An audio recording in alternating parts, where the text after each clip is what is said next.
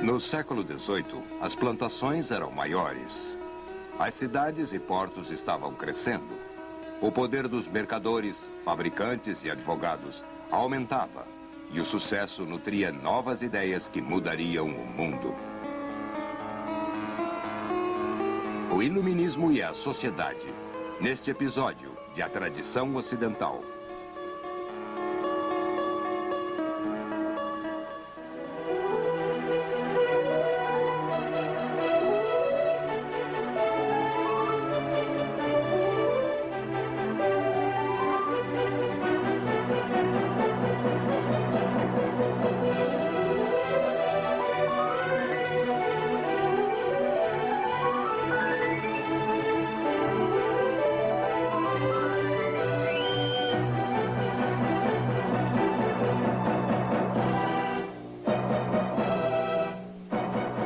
E agora o professor da Universidade da Califórnia, Eugene Weber, em sua jornada através da história da civilização ocidental. É burrice e absurdo queimar as pessoas por suas ideias. Mas é igualmente idiota acreditar que as ideias não importam. Quando você pensa que as ideias não importam, pode ser tolerante em relação a elas. O que realmente significa que você é indiferente. O século XVIII falava muito sobre tolerância, só porque a tolerância era tão rara, e era rara porque naquela época, como hoje, as ideias tinham a capacidade de produzir efeitos concretos no modo da sociedade funcionar, no modo das pessoas pensarem, no seu modo de viverem em sociedade. Hoje quero falar principalmente sobre estas ideias e seus efeitos, e a primeira coisa a dizer sobre elas é que, enquanto muitos filósofos eram nobres, as ideias do século XVIII estavam dominadas pelo crescimento da burguesia no Ocidente, sua autoconfiança crescente e sua autoafirmação.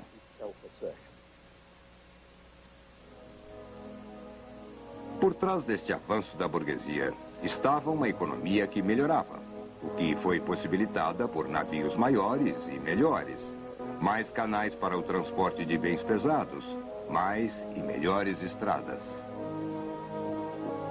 As estradas do século XVI eram grandes crateras. Já no século XVIII, as principais estradas, ao menos, começavam a aparecer com algo que nós reconheceríamos como estradas. Luís XIV começou as melhorias, porque ele queria que suas tropas e seus cobradores de impostos chegassem mais depressa. Em meados do século XVIII, a França tinha um bom sistema de estradas pavimentadas com pedras saindo de Paris. A Espanha e o norte da Itália conseguiram logo. Os alemães e os russos tentaram copiá-las. E no fim do século, um escocês chamado Macadam, que fez dinheiro na América, desenvolveu uma superfície de estrada bem razoável.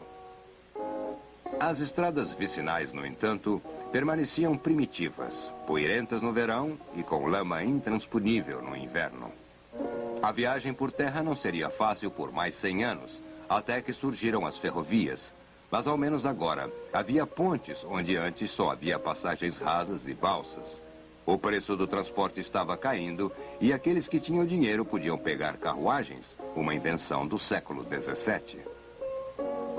Isso inspirou um novo tipo de passatempo para os ricos, algo que chamamos turismo. O século XVIII foi uma era de livros de viagem, relatos de visitas a Paris, a spas, para tomarem as águas, jogar e flertar. Para a Itália, para se ver as antiguidades. Para Veneza, que era o lugar favorito de prazer. E uma vez que os turistas sempre gostaram de souvenirs, e uma vez que não havia máquinas fotográficas, os venezianos desenvolveram os primeiros cartões postais para os visitantes ricos, chamados veduti, vistas, que poderão ser levadas para casa, penduradas na parede e falar sobre elas. Os pintores venezianos mais famosos do século XVIII, Canaletto, Bellotto e os irmãos Guardi, todos eles tinham grandes workshops que forneciam quantidades de pinturas de San Marco e os grandes canais e outras cenas venezianas.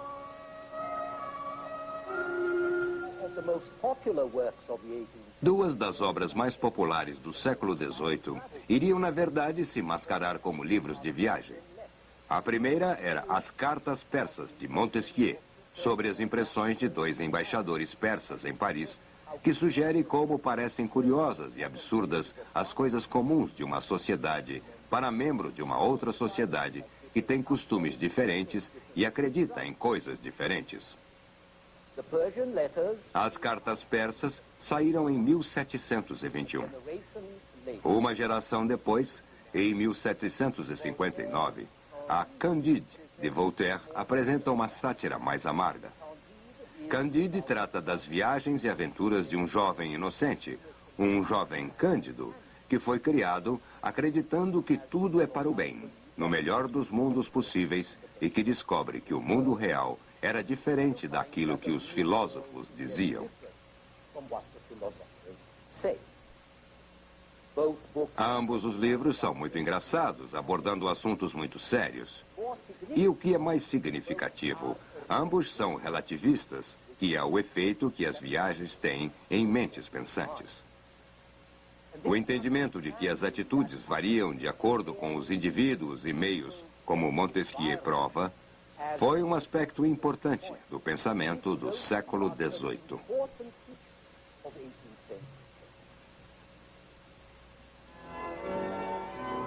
E havia outros sinais de progresso. A tecnologia para tratar as áreas agrícolas melhorou. A agricultura tornou-se mais produtiva. Menos plantações eram destruídas por exércitos e eram melhor armazenadas, de modo que havia mais alimento, mais pessoas continuavam vivas e a população cresceu. A maioria das pessoas ainda vivia da terra, mas uma agricultura saudável significava uma economia rica em geral. Mais intercâmbio, mais poder de compra, mais fabricantes, cidades que cresciam, portos que cresciam. E o poder crescente dos mercadores, dos donos de navios, dos financistas e dos advogados que faziam seus contratos. Tudo isso aconteceu antes na Inglaterra, porque a Inglaterra foi poupada do pior das guerras que minaram os recursos dos estados continentais. Ela também tinha importantes recursos próprios. Acesso ao cobre, muitas madeiras nativas, a energia da água que gerava moinhos têxteis, ferro e carvão para alimentar as forjas e derreter o ferro. E a Inglaterra tinha a Escócia, que era um país retirado, cheio de homens de visão. Macadam veio da Escócia. Também James Watt, que nos deu o motor a vapor. Quando Voltaire foi à Inglaterra, ficou maravilhado com o que viu. O comércio enriquecia, ajudava a libertá-los. E a liberdade, por sua vez, desenvolveu ainda mais o comércio. A grandeza do Estado se baseia nisso. Voltaire pôs o ideal claramente. O comércio traz a riqueza favorece a liberdade favorece o comércio favorece a grandeza do país. Era o que ele queria ver na França. É o que a burguesia queria ver em toda parte. E esses burgueses que alcançaram poder econômico estavam agora exigindo poder político. Ao final do século, um líder da Revolução Francesa tornou isso muito claro. Uma nova distribuição da riqueza, ele disse, exige uma nova distribuição do poder.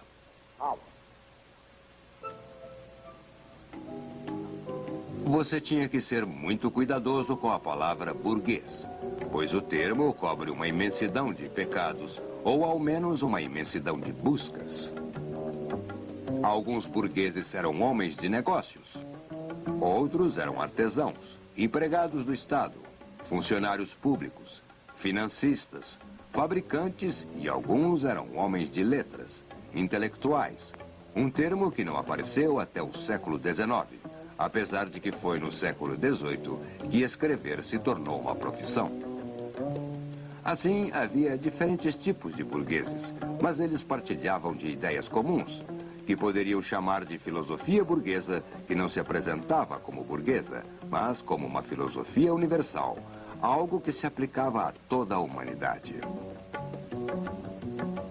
Quando falamos de direitos humanos hoje, estamos usando a linguagem e expressando os princípios da burguesia do século XVIII, que falava sobre a liberdade e progresso do homem e que, eventualmente, escrevia documentos como este. A Declaração dos Direitos do Homem, publicada na França em 1789. E isso foi uma mudança fundamental, que de novo seria enfatizada por revolucionários americanos e franceses, que apelavam não para os direitos ou características especiais dos americanos ou dos franceses, mas para a natureza e direito dos homens, que são universalmente válidos. E se eu continuar dizendo homem, você vai entender que é porque isso era o que os homens da época usavam.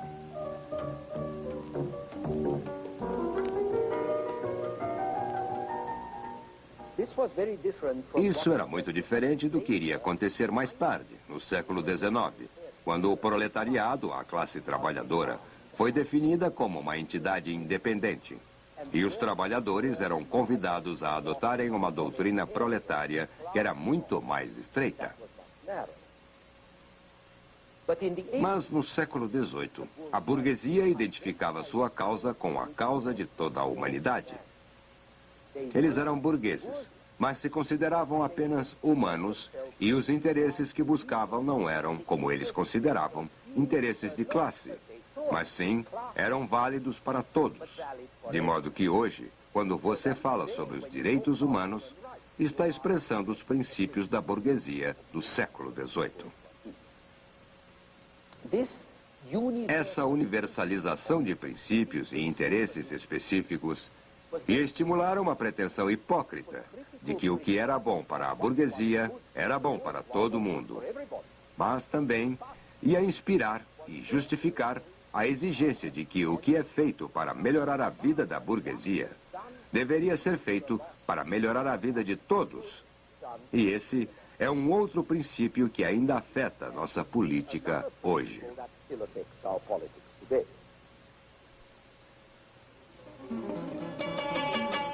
Outro aspecto novo e importante da época era que essas ideias iluministas seriam publicadas mais rápida e amplamente que as ideias que haviam sido publicadas antes, ou que poderiam ter sido. Isso, por exemplo, é uma caricatura francesa de 3 ordens sociais, com os comuns em cima. Não que a propaganda, o esforço sistemático de persuadir, fosse uma invenção do século XVIII. Ela sempre existira, mas a divulgação em massa, ao menos do tipo secular, somente chegou com as comunicações melhores e intercâmbios do século XVIII. Os cartazes, gazetas, jornais e clubes, com mais livros e panfletos como jamais antes. Com salões, cafés, sociedades de debate e sociedades secretas. A mais importante destas sociedades secretas foi provavelmente a maçonaria. A Irmandade Maçônica começou na Inglaterra, do século XVII, mas se espalhou por toda a Europa do século XVIII com os franceses, que chegavam a 30.000 irmãos. A maioria dos grandes filósofos era maçom, como Voltaire e Diderot, mas também aristocrata, como o primo do rei, o Duque de Orleans, e muitos estrangeiros, como Frederico o Grande, Mozart, Washington, Franklin. Na verdade, se olhar os medalhões da nota de $1, você vai ver que um deles é um símbolo maçom.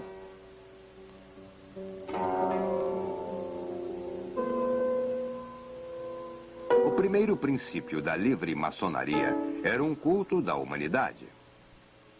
Isso não desafiava o poder dos reis, mas desafiava os dogmas da religião estabelecida. Os maçons acreditavam em Deus, mas não em um Deus em particular. Um Deus de uma igreja ou revelação em particular. E os maçons acreditavam na razão e na religião natural que somente a razão podia revelar. Portanto, eles não se impressionavam por rituais religiosos. Eles tinham o seu próprio, que chamavam de deísmo. Mais imediatamente importante, as sociedades maçônicas acrescentavam ao número de clubes que existiam ideias progressistas de Paris, divulgadas através das províncias que ofereciam um sistema capilar para as novas ideias que penetravam nas atitudes das classes superiores e médias.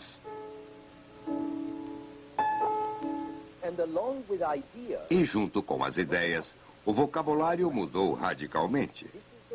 Esta é a época em que a palavra social vai de sociabilidade para sociedade e adquire seu significado atual, como na sociologia, na ciência social. É quando palavras como capitalista aparecem, quando nação e nacional adquirem seu senso moderno. É quando termos como povo ou massa toma seu sentido pejorativo, como gente comum, a gentalha. E eles se tornam, como coloca a enciclopédia de Voltaire e de Diderot, a parte mais numerosa e necessária da nação.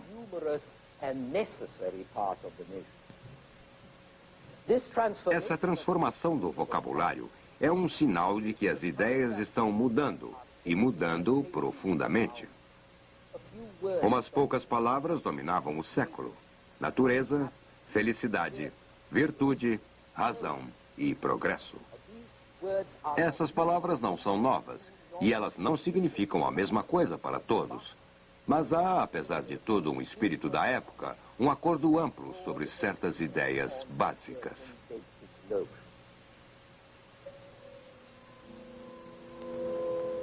Presumia-se que, através da razão e da ciência, as pessoas poderiam entender a natureza e harmonizar-se com suas leis, assim progredindo em direção à felicidade e à perfeição. Mas antes, eles tinham que conhecer a natureza e a sua essência, ou seja, como era a natureza. Essa ciência natural era baseada em descobertas do século XVII, que tiveram um efeito muito maior no pensamento do século XVIII que em seu próprio tempo. O século XVII, que foi uma grande era de descoberta científica. Eram os novos instrumentos que tornavam possíveis as descobertas. O telescópio, aperfeiçoado por Galileu, e também inventou o termômetro e melhorou muito o relógio mecânico, enquanto um aluno de Galileu, Torricelli, inventava o barômetro. Todos esses instrumentos permitiam observações mais exatas e mais extensivas. E aconteceram descobertas específicas. William Harvey descobriu a circulação do sangue através do coração e pulmões. Anton Leeuwenhoek desenvolveu lentes suficientemente poderosas para ver bactérias e espermatozoides. Robert Boyle trabalhou no comportamento dos gases em temperaturas diferentes e sob pressões diferentes e tornou-se o pai da química moderna.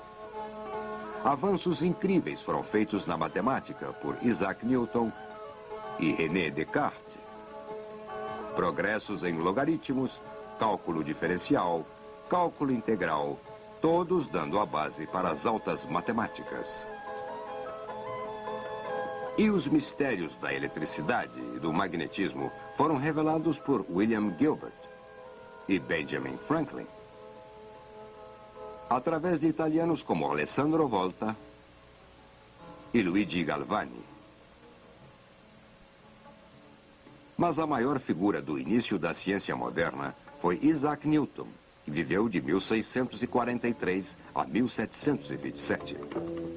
Newton deu a base da física moderna, descobrindo as leis mecânicas do movimento, e especialmente a lei da gravidade, a velocidade na qual os corpos caem na Terra. E o resultado deste acúmulo de descobertas foi uma mudança radical na perspectiva das pessoas educadas. Quando o século XVII começou, cientistas sérios ainda podiam acreditar em bruxas, Mas quando o século XVII terminou, isso teria sido impossível, porque nenhum cientista acreditava em forças sobrenaturais que supostamente as bruxas teriam. No tempo de Shakespeare, as pessoas acreditavam que os cometas eram augúrios. Depois de Newton, eles sabiam que Newton e Halley tinham calculado o movimento de certos cometas e que as estrelas obedeciam às leis da gravidade do mesmo modo que os planetas. Assim, agora a imaginação humana aceitava a lei científica e começava a rejeitar a magia e a feitiçaria. Como esse livro sugere, os mistérios da natureza deveriam ser desvendados pelos humanos. Em 1600, os homens viviam na Idade Média. Em 1700, a perspectiva mental das pessoas educadas era moderna.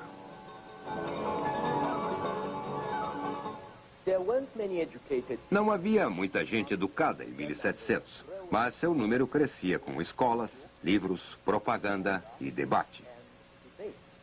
E na medida em que as novidades do descobrimento científico se espalhavam no continente, isso também afetava sua crença religiosa.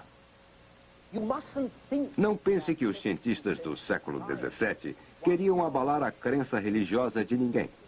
O próprio Newton era profundamente religioso e um bom alquimista. Mas suas descobertas adquiriram vida própria. Depois de Newton, as pessoas educadas sabiam que o sistema solar movia-se por si mesmo e por suas próprias leis. O sistema solar newtoniano rodava como relógio, de acordo com as leis da gravidade. Talvez Deus tenha dado corda no mecanismo.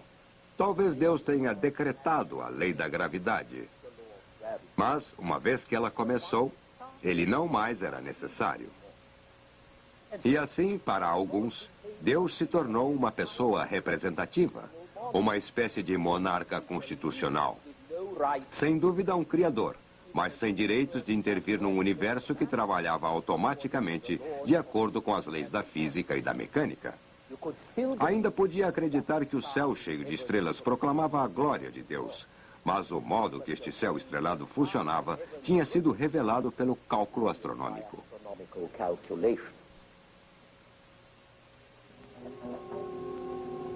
No século XVIII, as grandes descobertas do século XVII estavam digeridas e suas implicações entendidas. Importantes avanços médicos estavam sendo feitos na luta contra o escorbuto e principalmente contra a varíola. Em 1783, dois franceses, os irmãos Montgolfier, demonstraram sua descoberta que o gás aquecido dentro de um saco de tecido o faria subir. Os Montgolfier foram a Versailles e, enquanto o rei olhava, os dois mandaram para cima um grande balão dentro do qual havia uma ovelha, um galo e um pato. Uns 2 meses depois, o primeiro voo pilotado por um homem sobrevoou Paris. E em 1785, um americano e um francês sobrevoaram o Canal da Mancha. As possibilidades da ciência eram obviamente infinitas. Todos que eram alguém faziam leves esforços em relação a ela. Voltaire estudou a matemática e trouxe Newton para o público em geral. Um outro enciclopedista, D'Alembert, produziu vulgarizações da ciência e filosofia para damas modernas. Diderot fez experimentos químicos e anatômicos e a biologia fascinava a todos. Esse é um esboço dos experimentos de Galvani, com pernas de sapos e eletricidade. Então, agora estamos no mundo da ciência, da mecânica.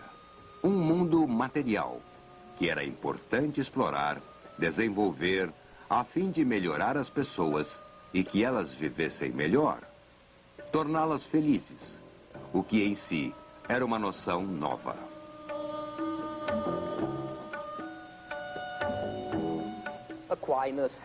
Tomás de Aquino não falou muito sobre a felicidade. Hobbes e Locke mal falaram sobre a felicidade.